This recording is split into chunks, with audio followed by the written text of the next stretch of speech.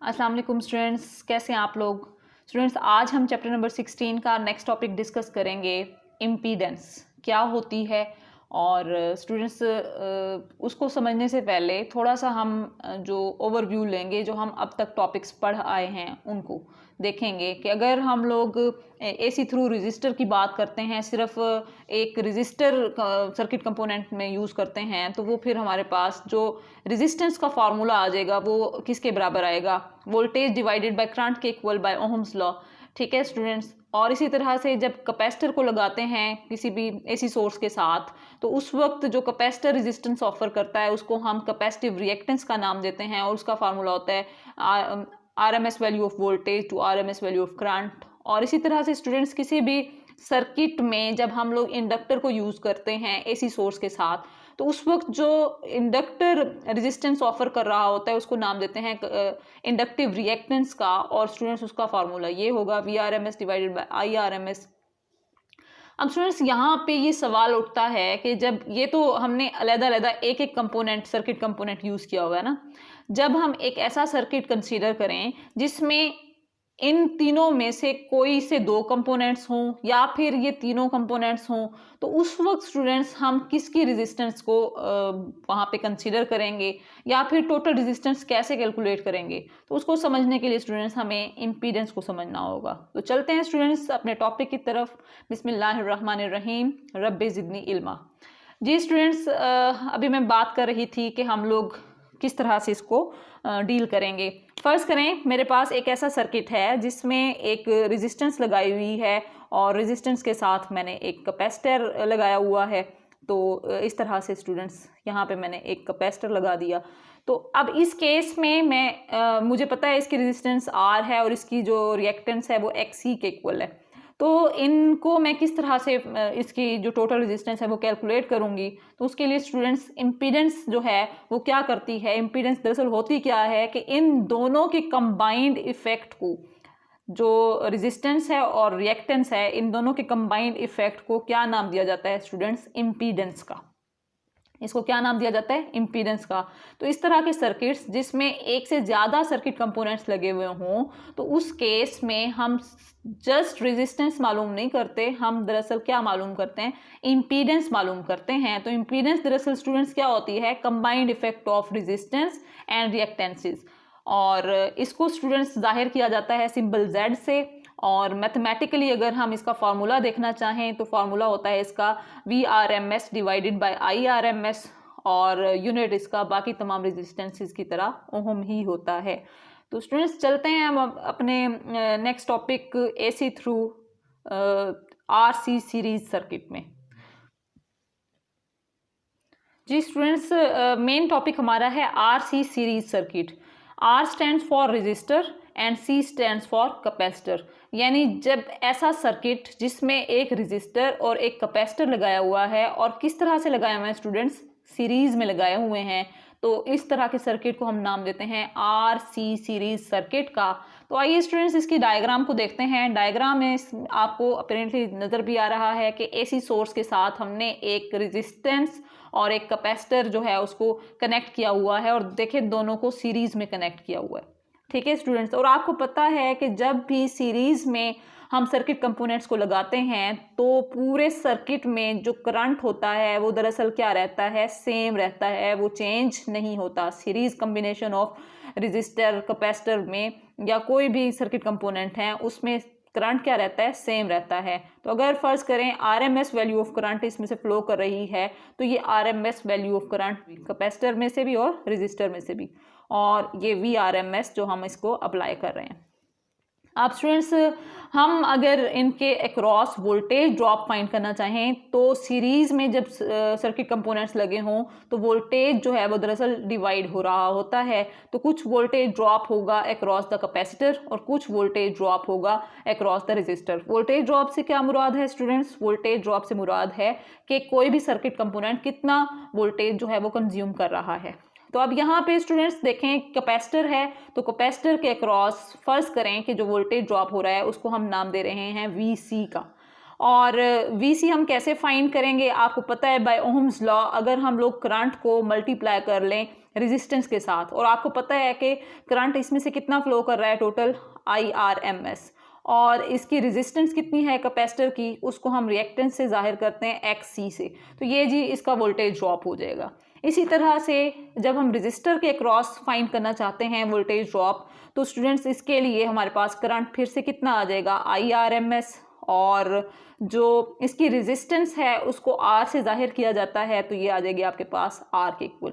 तो ये स्टूडेंट्स हमने वोल्टेज ड्रॉप्स फाइंड कर लिए, और इसको मैंने फार्मूला की सूरत में यहाँ पे लिखा भी हुआ है। अब स्टूडेंट्स ग्राफिकल रिप्रेजेंटेशन हम इसकी डिस्कस करेंगे, और आपने अगर AC थ्रू रजिस्टर और AC थ्रू कैपेसिटर नहीं पढ़ा हुआ तो स्टूडेंट्स मैं आपको सजेस्ट करूँगी कि आप पहले उन दोनों लेक्चर्स को अच्छी तरह से सुन लें, समझ लें, फिर आप इस लेक्चर की तरफ आइएगा, क्योंकि जब आप डायरेक्ट जंप करते हैं इस तरह के टॉपिक्स पे तो फिर आधी अधूरी समझ आती है। लेकिन फिर भी वो स्टूडेंट्स जो पहली दफ़ा इस लेक्चर में एंटर हुए हैं, उन्होंने प्रीवियस लेक्चर्स नहीं सुने हुए, उनके लिए मैं थोड़ा सा इसको एक्सप्लेन करूंगी। इसकी रीजंस नहीं बताऊंगी ऐसा क्यों हो रहा है, क्योंकि उसको मैंने टॉपिक में बहुत डिटेल से डिस्कस कर लिया है। अब स्टूडेंट्स हम लोग अगर बात करें इसकी AC थ्रू रजिस्टर की, तो जो हमारे पास वोल्टेज और करंट के लिए हमारे पास ग्राफिकल रिप्रेजेंटेशन बन रही थी वो कुछ इस किस्म की बन रही थी, यानी वोल्टेज और करंट जो हैं वो दोनों क्या थे, इन फेज थे in case of AC through register. ठीक है, ये है जी AC थ्रू रजिस्टर के लिए, AC थ्रू R। ठीक है स्टूडेंट्स, और इसी तरह से ये है जी AC थ्रू कैपेसिटर। अब यहाँ पे स्टूडेंट्स देखें तो वोल्टेज और करंट जो है वो दरअसल क्या हैं, इन फेज हैं, यानी दोनों सेम पॉइंट पे मिनिमम हो रहे हैं, सेम पॉइंट्स पर मैक्सिमम हो रहे हैं, सेम टाइम पर और सेम फेजेस पर दोनों मैक्सिमम भी हो रहे हैं और मिनिमम भी हो रहे हैं। तो इसका मतलब ये है कि यहाँ पे वोल्टेज और करंट दरअसल क्या हैं स्टूडेंट्स, इन फेज हैं। ठीक है, और इन फेज का मतलब क्या होता है स्टूडेंट्स, इनका फेज डिफरेंस कितना आ रहा है, 0 डिग्री आ रहा है। इसी तरह से जब हम लोग AC थ्रू कैपेसिटर की बात करते हैं तो उसमें भी हम बड़े डिटेल से पढ़ चुके हैं। जस्ट मैं आपको यहाँ पे बता रही हूँ कि जब हम कैपेसिटर की बात करते हैं किसी AC सर्किट में, तो हमेशा करंट जो है वो वोल्टेज को लीड कर रहा होता है by a phase difference of π/2। तो यहाँ पे जो करंट है स्टूडेंट्स, करंट लीड कर रहा है और वोल्टेज को करंट लीड्स वोल्टेज और कितने डिग्री से, बाय π/2 या 90 डिग्री। ठीक है स्टूडेंट्स, और या आप यूं भी कह सकते हैं कि वोल्टेज जो है वो लैग कर रहा है करंट को बाय π/2। तो दोनों आप वर्डिंग यूज़ कर सकते हैं। अब स्टूडेंट्स इसी फैक्ट को हम यूज़ करेंगे फेजर डायग्राम में। अब स्टूडेंट्स यहाँ पे देखें कि फेजर डायग्राम में हम अभी बात कर रहे थे कि जो AC थ्रू रजिस्टर था, ये जो मैंने फेजर डायग्राम बनाई हुई है ये किसकी है, AC थ्रू रजिस्टर की।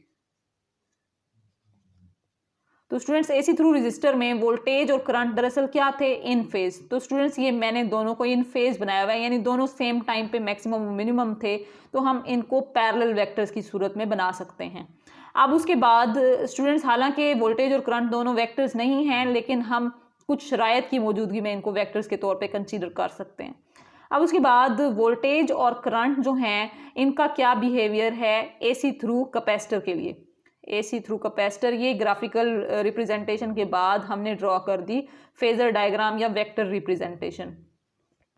AC थ्रू कैपेसिटर में स्टूडेंट्स वोल्टेज जो है, मैं अभी बता रही थी आप लोगों को कि वोल्टेज लैग करता है। तो यहाँ पे स्टूडेंट्स आप गौर करें तो वोल्टेज दरअसल लैग कर रहा है, पीछे है, और करंट क्या कर रहा है, लीड कर रहा है, और फेज डिफरेंस कितना है स्टूडेंट्स, 90 डिग्री का।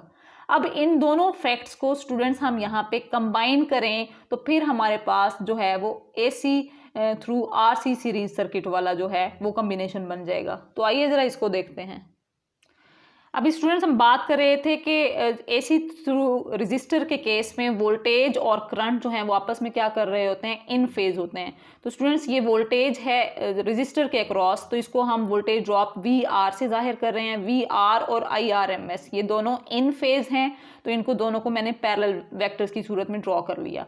और जब हम लोग बात करते हैं कैपेसिटर के थ्रू, क्योंकि उस जो अभी हम टॉपिक डिस्कस कर रहे हैं वो आरसी सीरीज सर्किट है ना, तो रेजिस्टर के अक्रॉस तो वोल्टेज ड्रॉप वी आर है। जब हम कैपेसिटर की बात करेंगे तो कैपेसिटर को भी तो साथ डिस्कस करेंगे, तो उसके अक्रॉस जो वोल्टेज ड्रॉप है वो वी सी है। और आप अभी हम यहाँ पे डिस्कस कर चुके हैं कि वोल्टेज जो है वो लैग करता है करंट को, ठीक है, बाय π/2। अभी हम इस फैक्ट को पीछे डिस्कस कर चुके हैं स्टूडेंट्स। तो इसका मतलब ये है कि वोल्टेज किसका, कैपेसिटर का, तो हम इसको VC से जाहिर करेंगे। ये लैग कर रहा है किससे, करंट से। तो ये देखें स्टूडेंट्स, ये तो करंट है ना, ये हॉरिजॉन्टल जो मैंने वेक्टर ड्रॉ किया हुआ है ये करंट को जाहिर कर रहा है। तो करंट के बिल्कुल 90 डिग्री पे मैं पीछे एक वेक्टर ड्रॉ कर लूंगी और ये किसको जाहिर करेगा, वोल्टेज ड्रॉप अक्रॉस कैपेसिटर को। ठीक हो गया स्टूडेंट्स। आइए जरा इसको हम लोग मजीद सिंप्लीफाई करके देखते हैं। तो स्टूडेंट्स ये हो गया VR, ये हो गया VC, ये वेक्टर डायग्राम बन गई। अब सवाल ये पैदा होता है कि voltage drop across resistor, voltage drop across capacitor है, लेकिन जो हम अप्लाई कर रहे हैं वोल्टेज यानी RMS वैल्यू ऑफ वोल्टेज, वो हम कैसे फाइंड करेंगे। तो स्टूडेंट्स ये जो VC मैंने यहाँ पे ड्रॉ किया हुआ है, इसी VC को मैंने यहाँ पे डॉटेड लाइंस में भी ड्रॉ किया क्योंकि दोनों पैरेलल वेक्टर्स के तौर पे बिहेव करेंगे। तो ये जी VC हो गया। अब स्टूडेंट्स आप गौर करें तो फर्स्ट वेक्टर का हेड सेकंड वेक्टर की टेल से मिल रहा है। तो अब आप यहाँ हेड टू टेल रूल अगर अप्लाई करें तो ये जी आपके पास नेक्स्ट आपके पास वेक्टर बन जाएगा। और बाय वेक्टर एडिशन तो इसको मैंने इस तरह से रिप्रेजेंट कर दिया। अब अगर ये टोटल जो फेज़ है, अगर ये वाला जो फेज़ है ये 90 डिग्री है स्टूडेंट्स, VC और VR के दरमियान का एंगल कितना है, 90 डिग्री। तो स्टूडेंट्स VRMS ये है हमारे पास, ये है जी VRMS और VR के दरमियान जो एंगल होगा इसको हम लोग थीटा से जाहिर करेंगे। ठीक हो गया स्टूडेंट्स। तो हम ये थीटा से रिप्रेजेंट कर रहे हैं। तो ये हो गई जी phasor diagram RC series circuit की। उम्मीद है स्टूडेंट्स ये आपको समझ आई होगी। अब उसके बाद हम इसकी मैथमेटिकल फॉर्म डिस्कस करेंगे। तो चलते हैं मैथमेटिकल फॉर्म की तरफ। स्टूडेंट्स इसी डायग्राम में अगर आप देखें तो ये जो आपके पास एक राइट एंगल ट्रायंगल बन रही है, ये वाला एंगल जो है ये कितना है, 90 डिग्री का। तो ये कौन सी बन रही है, राइट एंगल ट्रायंगल। तो इसमें स्टूडेंट्स हाइपोटेन्यूज का स्क्वायर किसके बराबर आएगा, बेस का स्क्वायर प्लस परपेंडिकुलर का स्क्वायर। ठीक है स्टूडेंट्स। अब हाइपोटेन्यूज किसके बराबर है, VRMS, और बेस जो है वो किसके बराबर है, ये बराबर है स्टूडेंट्स VR के, और परपेंडिकुलर किसके बराबर है, ये बराबर है VC के। तो स्टूडेंट्स आइए ज़रा इनकी वैल्यूज़ पुट करके देखें। तो इसमें ये फार्मूला हमारे पास आ जाएगा VRMS, इसको मैं यहाँ पे लिख दूँ VRMS का स्क्वायर बराबर है VR स्क्वायर प्लस VC का स्क्वायर। और जब मैं दोनों तरफ स्क्वायर रूट ले लूँ तो स्टूडेंट्स ये VRMS किसके बराबर आ जाएगा, VR स्क्वायर प्लस VC का स्क्वायर। अब VR किसके बराबर है स्टूडेंट्स, अभी हमने पीछे डिफाइन किया है कि ये वोल्टेज ड्रॉप है तो करंट को रेजिस्टेंस से मल्टीप्लाई करेंगे, IRMS मल्टीप्लाई बाय R, और वोल्टेज ड्रॉप अक्रॉस कैपेसिटर को IRMS मल्टीप्लाई बाय XC। इनकी वैल्यूज़ पुट करेंगे स्टूडेंट्स। IRMS का स्क्वायर हम लोग करेंगे ये R स्क्वायर, इसी तरह से IRMS स्क्वायर XC का स्क्वायर, इन दोनों में IRMS स्क्वायर कॉमन आ रहा है तो स्टूडेंट्स हम कॉमन ले लेंगे। तो ये आपके पास आ जाएगा IRMS square R square plus XC का स्क्वायर। अब IRMS स्क्वायर है स्टूडेंट्स, इसको स्क्वायर रूट से बाहर निकालें तो ये स्क्वायर ख़त्म हो जाएगा और आपके पास बच जाएगा IRMS is multiply by R square plus XC का स्क्वायर।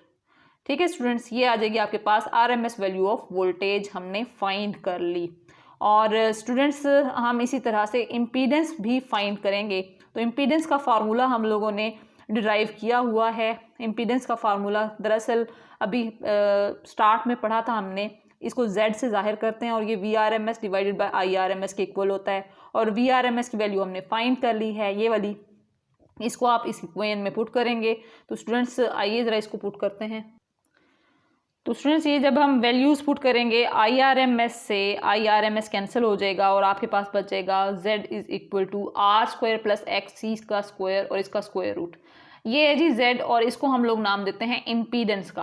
मैं भी आपको बता रही थी कि जब हम दो सर्किट कंपोनेंट्स लगाएंगे तो हम सिंपल एक रेजिस्टेंस की बात नहीं करेंगे, इन दोनों के कंबाइंड इफेक्ट को डिस्कस करेंगे। और देखें यहाँ पे इंपीडेंस जो है वो रेजिस्टेंस और रिएक्टेंस, कैपेसिटिव रिएक्टेंस के कंबाइंड इफेक्ट को रिप्रेजेंट कर रहा है। तो R² प्लस XC की जगह पे आप लिख देंगे 1/ωc का होल स्क्वायर और उसका स्क्वायर रूट। अब स्टूडेंट्स हम लोग डिस्कस करेंगे फेज के बारे में। ये जो स्टूडेंट्स हमने VRMS फाइंड करने के लिए एक राइट एंगल ट्रायंगल बनाई थी, इसमें अगर हम टेन थीटा की वैल्यू निकालें तो टेन थीटा दरअसल किसके बराबर होता है स्टूडेंट्स? ये बराबर होता है परपेंडिकुलर ओवर बेस। ठीक है स्टूडेंट्स, तो इसमें परपेंडिकुलर दरअसल किसके बराबर है? ये बराबर है VC के इक्वल, और बेस किसके बराबर है स्टूडेंट्स? VR के बराबर। तो ये आपके पास टेन थीटा की वैल्यू आ जाएगी। यहाँ से हम थीटा फाइंड करेंगे तो ये क्या होगा? ये फेज रिप्रेजेंट करेगा AC through RC series circuit के लिए। तो ये स्टूडेंट्स इसका फार्मूला मैंने यहाँ पे डिराइव किया हुआ है। VC की जगह पे हम पुट कर देंगे IRMS XC, और VR की जगह पे IRMS multiply by R। IRMS से IRMS स्टूडेंट्स कैंसिल हो जाएगा और आपके पास बच जाएगा XC डिवाइडेड बाय R, और XC किसके बराबर है? 1/ωc multiply by R। तो ये आ जाएगा आपके पास theta is equal to tan inverse 1/ωc R। अब हम स्टूडेंट्स इम्पीडेंस डायग्राम डिस्कस करते हैं। तो स्टूडेंट्स इम्पीडेंस डायग्राम के लिए हम हॉरिजेंटल डायरेक्शन में रेजिस्टेंस को लेंगे, जैसा कि हम लोग वोल्टेज की जब ड्रॉप्स के बारे में डिस्कस कर रहे थे तो VR को हम हॉरिजेंटल डायरेक्शन में ले रहे थे, तो यहाँ पे रेजिस्टेंस को हॉरिजेंटल डायरेक्शन में लेंगे, और जो XC है रिएक्टेंस, कैपेसिटिव रिएक्टेंस, उसको हम लैग करवाएंगे और by a phase difference of π/2 या 90 डिग्री। और स्टूडेंट्स अगर मैं इसी वेक्टर को यहाँ पे पैरेलल इसके ड्रॉ करूँ, इसको ब्लू डॉटेड लाइन से मैंने रिप्रेजेंट किया हुआ है, तो फिर बाय वेक्टर एडिशन जो है वो हम लोगों के पास रिजल्टेंट वेक्टर आ जाएगा, और ये दरअसल किसको रिप्रेजेंट करेगा? ये R और XC दोनों के कंबाइंड इफेक्ट को रिप्रेजेंट करेगा, और उसको हम लोग नाम देते हैं Z यानी इम्पीडेंस का। ये एंगल हो जाएगा स्टूडेंट्स थीटा, और ये टोटल एंगल जो है ये कितना है? 90 डिग्री। ठीक है स्टूडेंट्स, क्योंकि XC जो है वो R को लैग कर रहा है by a phase difference of 90 degree. अब यहाँ पे स्टूडेंट्स ये तो हमारे पास राइट एंगल ट्रायंगल हो जाएगी। तो यहाँ से हम इम्पीडेंस फाइंड करें तो हम पहले ही कर चुके हैं, इम्पीडेंस को ड्रॉ कर चुके हैं। ये सिर्फ उसकी फेजर डायग्राम है, या इसको हम लोग इम्पीडेंस डायग्राम का नाम देते हैं।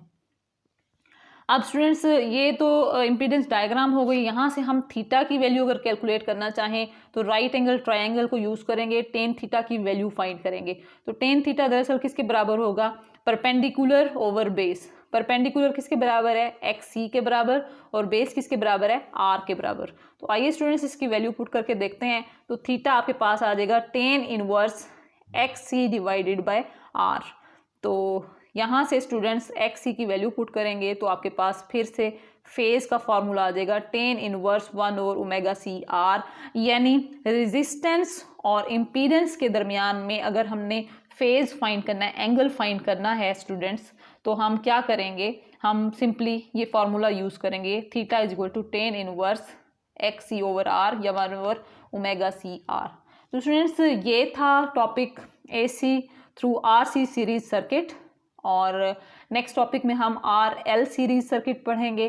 तो स्टूडेंट्स ये तमाम टॉपिक्स आपको उस वक्त समझ आएंगे जब आप लोग इनको अलग-अलग AC through register, AC through capacitor और AC थ्रू इंडक्टर को अलग-अलग अच्छी तरह से समझेंगे। तो और स्टूडेंट्स मेरे तमाम लेक्चर्स यहाँ पे मौजूद हैं, आप लोग उनको पहले अच्छी तरह से सुनिएगा, समझिएगा, फिर उसके बाद कोशिश कीजिएगा इस लेक्चर तक पहुँचने की।